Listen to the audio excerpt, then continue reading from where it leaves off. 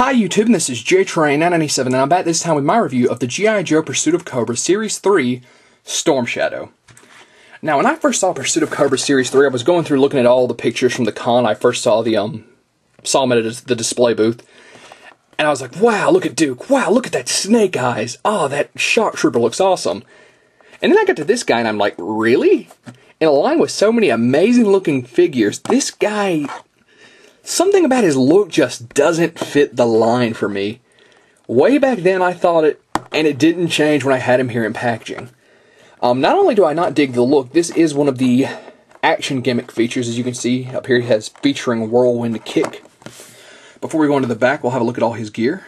He's got his bladed staff there, little hook and rope, 2 katanas and sheaths, 2 of those arm weapons, and a small wolf's claw.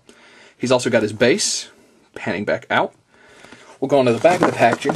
Just like the previously released Snake Eyes, they forego telling you the environment to show you how to work the whirlwind kick. And his file card says, Storm Shadow is a ninja mercenary who works for Cobra. He undergoes a difficult test to strengthen his willpower and endurance. Battling extreme cold, he climbs a snow-covered mountain to reach an Arashikage temple.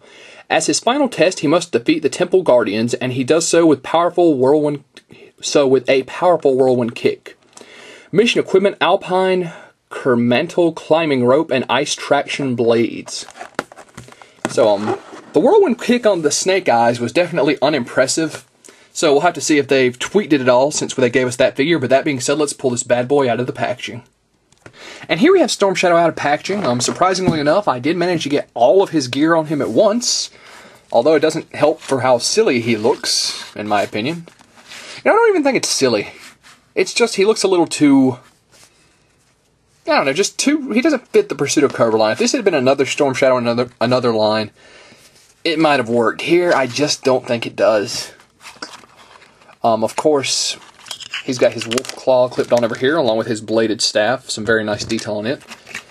These 2 arm blades, which are both clipped on.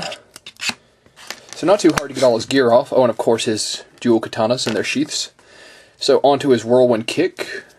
Spin the figure. You can see his peg is over here. And if I can get the peg. Wow. How fantastic is that?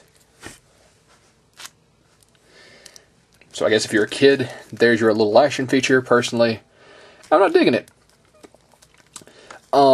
Doesn't really take anything away from the figure, except for having this peg on his side, though. They still do manage to keep most of the articulation. As far as articulation, his head is a full 360, some slide up and down. Arms go out, do a full 360, spin and bend at the elbow, and have a wrist joint. Looks like his torso articulation is pretty much turning for the whirlwind kick, and that's it, even without the armor on. The way his shirt comes down kind of hinders the legs. They go out to about here, back to about here, and out to about here. Which is strange they delimit his legs, seeing as you figure that you'd want your legs in all sorts of crazy positions for that kick feature. Double joint at the knee, and has an ankle joint. So, putting him back on his base. Because I'm sure everyone's seen the whirlwind kick enough. If you haven't, go back and watch that part again. Oh, and of course, if I didn't... Well, let's actually go on to his overall look, which, as I've already stated, not crazy about. Get his staff down here, get all of his gear off to the side. But not before I put his sheaths on his back. Those are an important part of any Storm Shadow.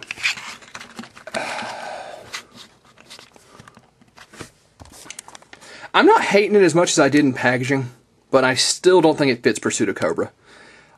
That face looks very Power Ranger-ish to me.